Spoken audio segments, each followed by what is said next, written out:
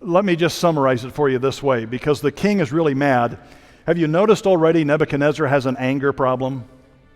I mean, it's like he's getting mad all the time, and then it says he was really mad. And so when he finds out somebody's not playing along, I mean, he had this day all laid out. It was going to be such a glorious day for his empire.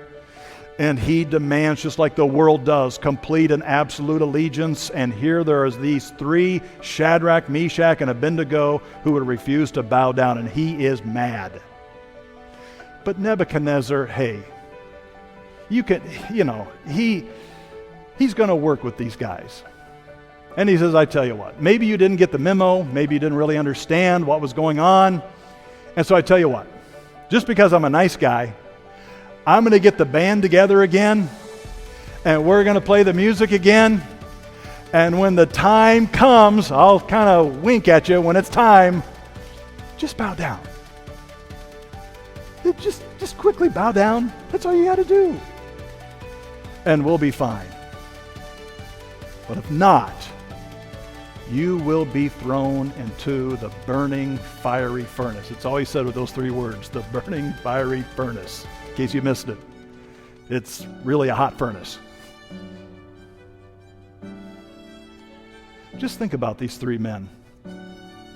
How easily at this point they could have said, we can just quickly bow down. We don't have to mean it. We don't have to mean it in our hearts. We can just quickly bow down and then wash our hands of this whole mess. They could have said, let's just go along for now. Because after all, if we're dead, we won't be of much use to God. They could have said, it's God who has given us this place of influence. We need to be good stewards of what God has done. So we'll just quickly bow down, we'll get it over with, and then we'll move on in life.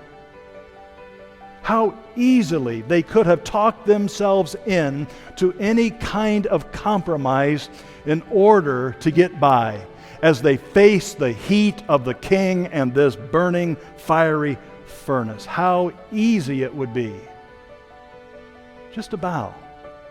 That's all you got to do. Just bow. And yet, what we see here, and by the way, your sinful heart will talk you into all kinds of sin. If you just listen to your sinful heart drone on and on, you will talk yourself into about anything.